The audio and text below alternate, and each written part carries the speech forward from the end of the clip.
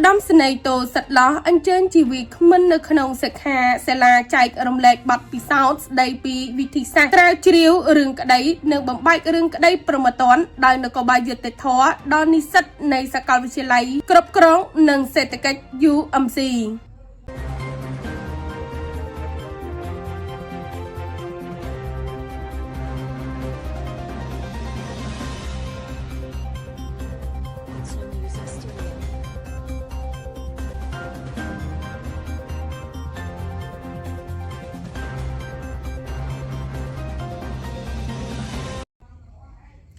លោកឧត្តមស្នេហ៍តូសិតឡោះស្នងការនៃស្នងការដ្ឋាននគរបាលខេត្តបន្ទាយមានជ័យនៅព្រឹកថ្ងៃទី29 ខែមីនាឆ្នាំ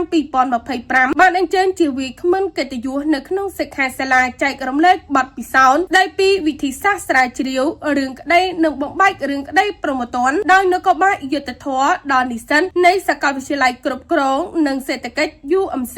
នៅសាលាខេត្តបន្ទាយមានជ័យពិធីនេះមានការអញ្ជើញចូលរួមពីលោកស្នងការរង9រូបនាយការិយាល័យជំនាញលោកអធិការគ្រប់គ្រងស្រុកនាយប៉ុស្តិ៍ទាំង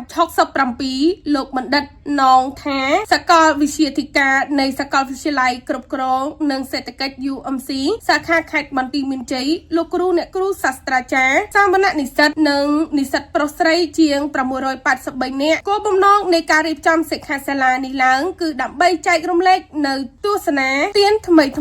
ទាំងទ្រឹស្ដីច្បាប់បទពិសោធន៍ល្អៗនិងការអនុវត្តល្អៗដែលវាគ្មិននៃសិក្ខាសាលានេះបានអនុវត្តជាក់ស្ដែងកន្លងមកការចែករំលែកចំណេះដឹងបទពិសោធន៍នេះគឺជាវប្បធម៌មួយដ៏ល្អ